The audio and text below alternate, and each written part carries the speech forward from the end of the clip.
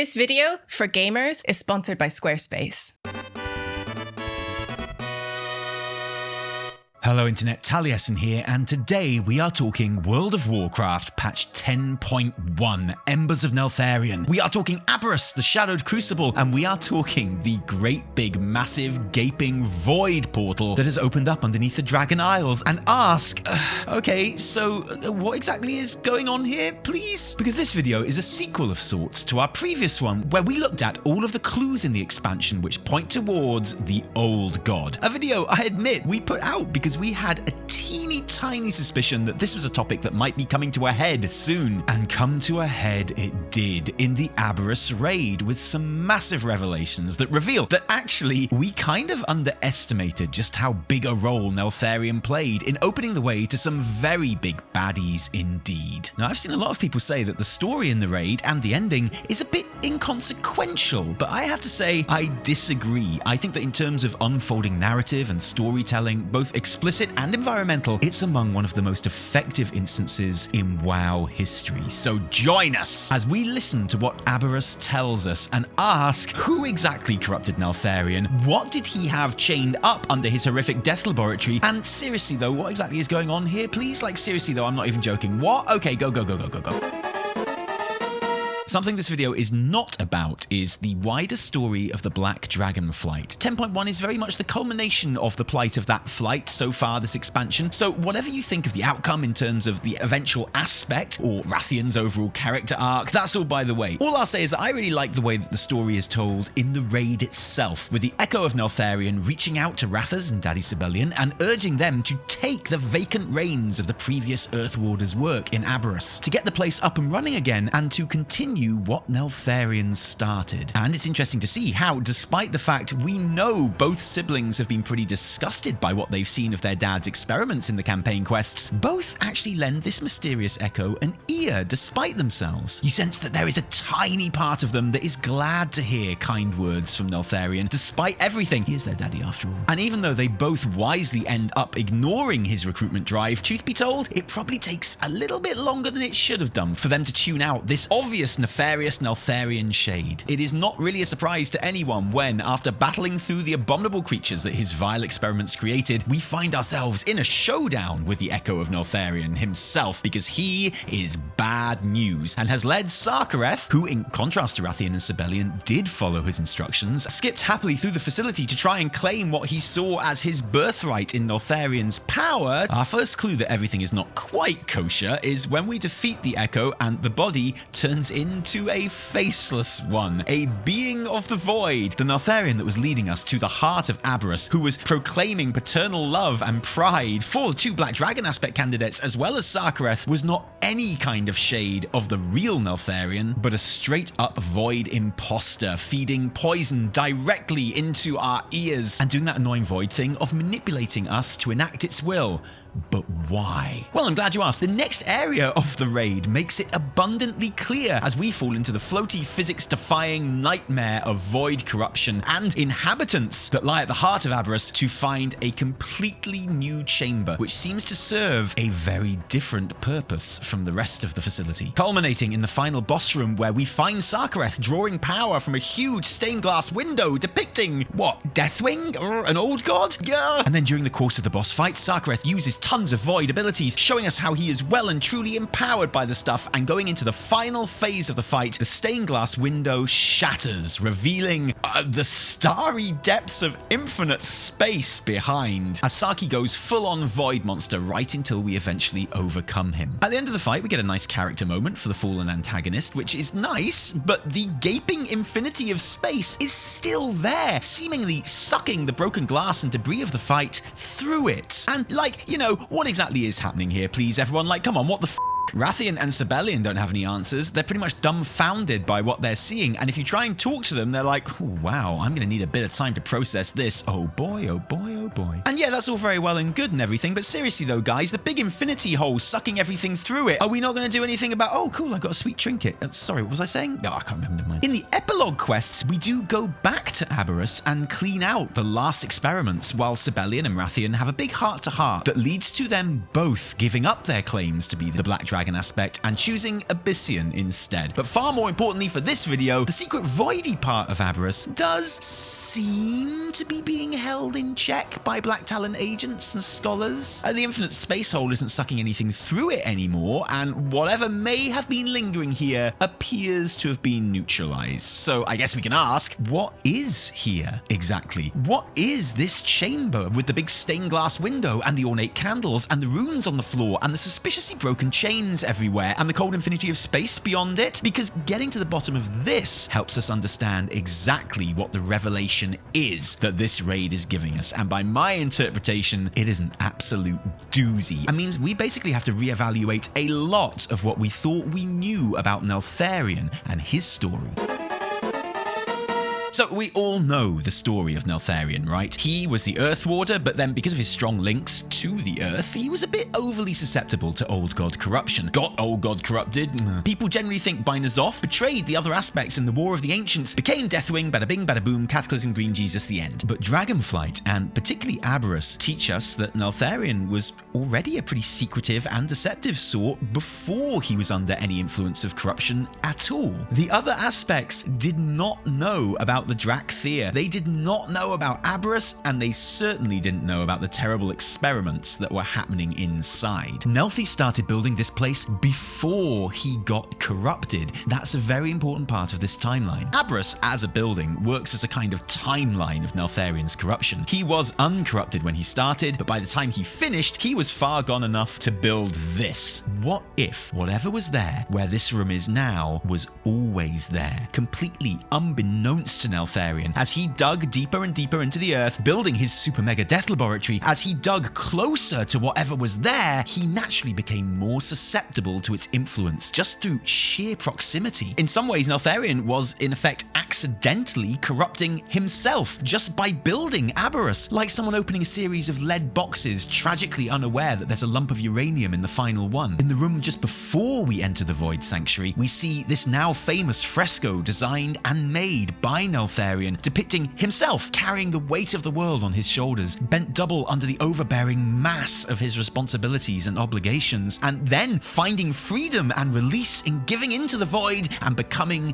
Deathwing. And there is no doubt that the stained glass window definitely looks like Deathwing. Or, maybe Deathwing looks like whatever is depicted in the stained glass window. And let's look at the boss room, because lots of people have called this an old god prison. I did myself in the previous video, and it's easy to see why. It has all the hallmarks. Big chains like in the Ashara room to hold a fleshy eyeball boy, floaty rocks and stained glass windows and void goodness. It all checks out. But actually, no. Because the thing about old god prisons is they are built by the Titans. After Armenthul ripped Yesharaj out of the planet's crust and almost killed the world soul within, they decided that the safest course of action would be to imprison the remaining old gods where they stood in the earth and essentially build the prisons around them. So the common theme in all old god prisons in the game is that they all have Titan architecture. And as we can see, the same is true for... Oh no, wait a minute.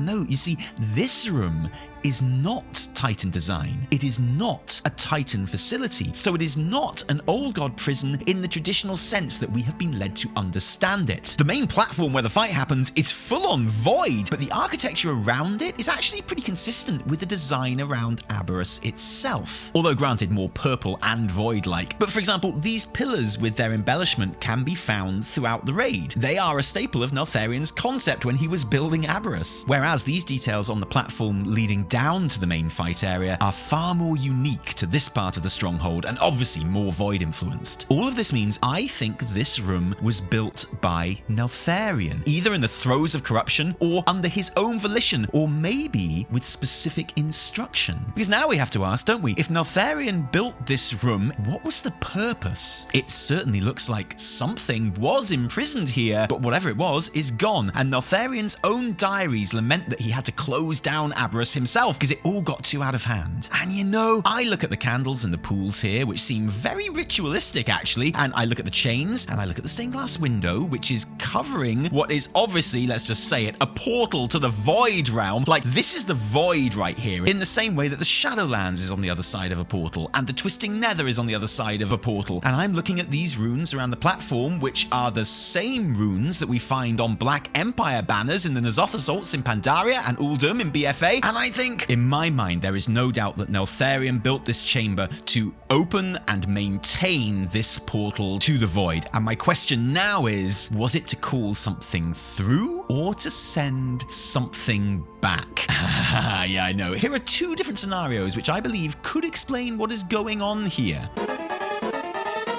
Scenario 1. As Neltharion dug deeper into the earth under the Dragon Isles, he unknowingly got closer and closer to a tear. A minuscule hairline fracture in reality, possibly caused by the war between the Titans and the Black Empire millions of years before, possibly formed through the stress of a planet being eaten alive by old gods. But however it got there, this crack, this rift, was there in the rock, and tiny as it was a link to the Void realm itself, the umbral plane, where the Void gods exist and where Void society, for want of a better word, can be found. And it was through this rift that Neltharion started hearing the whispers that eventually corrupted him. Not of N'Zoth, but of the Void Lords themselves. Little note, I tend to use the words Void God and Void Lords pretty interchangeably because the exact difference has never quite been canonized in lore. And as he dug deeper and deeper, so he became more and more susceptible, until when he was at about the stage of building what is now the echo of Neltharion's boss room, he eventually gave into the corruption to defeat Raszageth, as we see in the Legacy cinematic. He is now fallen to the Void. He is not Deathwing yet, but he likes the taste of this power and he decides to get more. His plan is to become a being of immense, unimaginable power using a combination of the Void source he knows is under his new laboratory somewhere and his own experiments with Shadow Flame that he carried out on Khazara the Hellforged. So he digs deeper. He finds the rift and creates a chamber designed to channel and control that power. Essentially, his plan is to steal the Void from the rift and to use it as his own to become Deathwing. So he performs rituals and magics to make the rift bigger until it is the huge gaping portal that we see exists there now. And it works. He becomes Deathwing. He is stuffed with more power than he knows what to do with. He controls the shadow magic flowing from the Void realm itself. And then he realizes that actually, far from taming the denizens of the Umbral realm, all of this was exactly what they wanted him to do. Like so many before him, he realizes just a touch too late that what he thought was his own genius plan was actually the will of the Void manipulating him. When he realizes this, he has just enough residual self-awareness to close off the portal, hide it behind the window, and the chains? Maybe somewhere deep in his subconscious, he thought he would bind himself to protect the world from Deathwing and what he'd become. But at this point, the corruption was too strong, too complete, and although Deathwing was, in his own head, no longer in thrall to the Void gods, he was still really up for causing some shit, except it was shit that he was going to cause because he wanted to. And off he went to cause some shit, in absolutely no rush to open up the portal again and give the Void gods their gateway. No,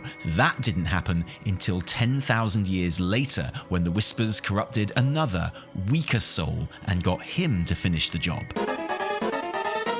Scenario 2 is, if anything, even more intriguing. What if the final room of Aberrus isn't an old god prison, but a void god prison? Or if not a void god, some other powerful void entity. Old gods, after all, are beings created specifically to be thrown out of the void and find Titan world souls in our reality. It's reasonable to assume that there aren't actually any old gods in the void, you know? Just like if you walk around Washington, there aren't military drones everywhere, right? They send those to countries they want to up. They don't have them where they live. Whatever beings dwell in the Void realm and call it their home are completely different. But what if one of those beings somehow got trapped in the earth during the wars of the Black Empire? A cheeky Void person who was out traveling the cosmos, getting into scrapes and ended up in the wrong place at the wrong time. Yes, what if this was the prison of Xalatath? Hi everyone, good to see you again. And I can see you. You look good. considering. Here I am, just a girl asking a YouTube audience to listen to me talk about Squarespace yet again, who are very kindly sponsoring today's video. I had a little rummage behind the scenes this morning with our website, of course, and took advantage of Squarespace's really handy features to tidy things up. I refreshed some of the embedded videos, one very handy feature, checked in on our visitors and analytics, a superbly handy feature, and tried my hand at starting a new site with Squarespace Blueprint. So how cool is this? Squarespace Blueprint basically asks you a few questions about you and your site, your goals, your vibe, where you're at, and gives you some recommended templates to start with. I really want to take a closer look at this one, Arcade, because, you know, gaming. Before you commit to a template, you can view a full demo site, and how totally elite is this one? Squibbly bits on the banner, technical term, a blurb, the coolest fake esports team ever, merch, a blog, a calendar, big brand deals, and oh, a newsletter. I think we had one of those once. But seriously, look at these guys. How can I be them? Is your pro elite esports team in need of a pro elite website? Just head to squarespace.com for a totally ready to go template and a free website trial. When you're ready to launch, go to squarespace.com/Taliesin Evitel and use code Taliesin Evitel to save 10% off your first purchase of a website or domain. That's squarespace.com/Taliesin Evitel. Is Gamer League esports team real? What if this was the prison of Xalatath, or someone like her? Maybe she was imprisoned by the Titans and forgotten about. Maybe she was imprisoned by the Elemental Lords before they were defeated. Maybe she was imprisoned by the Old Gods. It wouldn't be the first time. When we initially meet Xalatath in Legion, she is a prisoner of N'Zoth, and in BFA we have to take her to him, or a bit of him, specifically so she can make a deal to be released. And actually, I really like this idea, that the Old Gods are so single-minded in their one purpose, corrupting Azeroth, that they are indiscriminate in who they have to stomp on to achieve it, even Void Lords. So what if this was their prison? These void-looking columns that actually don't match any of the other architecture in Aberrus, in my opinion. What if these were always here? And so if this was their prison for millions of years, when they sense Neltharion digging closer, building Aberrus, they get to work with the Whispers. What if by the time he got here, he had been completely corrupted, not by N'Zoth, but by this Void Lord? And not because she wanted him to corrupt the world soul, as much as she just wanted to go home. So under her instruction, Neltharion started building this ritual chamber to open a way to the Void Realm, not to bring the armies of darkness and space through, but so that she could escape back. And maybe she succeeded, leaving a fully corrupted Earthwarder behind, almost as a byproduct. Or maybe she was Xalatath, the very same, and after the gate was opened, Neltharion betrayed her, imprisoned her in a dagger, took the power he needed from the Void, and then sealed the way back up again. This is actually my favorite idea, and I think it's the most likely, but whatever happened to create this portal, it would appear to have been closed by Neltharion, sealed shut with a big picture of his own face, or maybe the face of the Void God that he found there, who he ended up resembling as Deathwing because that's who he was corrupted by. But one other thing is also very clear. Whatever is on the other side of that portal has now succeeded in convincing Sarkareth to open the way once more, because that window is smashed and there is a big old void gateway in the middle of the world. So what are we going to do with that exactly? At the end of the 10.1 campaign quests, the Black Dragonflight seemed to have everything under control. The energies of the Void Chamber appeared contained and settled and good. I don't know about you, but I feel very confident that a bunch of Black Dragons are absolutely the best people to keep an unprecedented gateway to the actual Void Realm under control, right? The Black Dragons, who are famously resistant to corruption from the Void, right? What could possibly go wrong? Nothing that I can see. Nah. No, as far as I'm concerned, that's the absolute end of that story thread. I think we can safely pack that one away and forget about it. Or not. Here's the thing, I don't actually think we're going to hear much about the Void again this expansion. From here on in, it's all Infinite Dragons and Murazond, maybe Emerald Dream, possibly some elemental stuff, but I don't think that the last boss of this expansion will be an Old God or a Void Lord. I think as far as all the purple stuff is concerned, that's all we are getting on this in Dragonflight. But that doesn't mean I think the events of Aberrus and what it reveals are insignificant. Far from it. What Aberrus and the final chamber revealed to us is that the Old Gods gods are no longer the only force from the void that we have to worry about. What this does to the narrative is move the focus from the drones to the bosses, to the void realm itself. And we might not be ready to address that in the story yet, but when we are, there is a literal portal to the realm to be used by someone. And that's kind of mind-blowing, honestly. So for example, if we were to have a future expansion, maybe next expansion, set in the Void Realm, where we have to venture into the Void Realm for whatever reason, this would be the ideal staging post to do it. But likewise, if the Void Gods decided to just send everything they have to Azeroth in a big Legion-style takeover attempt, well, gates tend to go both ways, you know? But what do you think of my reading of the Aberrus situation and what it means? Do you agree with either of my theories? Which one? Or am I completely wrong for reasons you need to explain? Seriously, if I have missed something very obvious, please let me know. Please, I love being proven wrong, but either way, let us know in the comments below. And if you like this video, don't thank us, thank our patrons who give their actual real life money to make all of our work happen. And guys, seriously, thank you, because without you, there would be a whole lot less Taliesin and Evitel. If you didn't like it, downvote the shit out of it. Remember, my name is Xalatath. No, my name is Taliesin, from me and Evitel and Cthulhu and Yogg and Yeshiraj and Azoth too. Until next time, cheerio.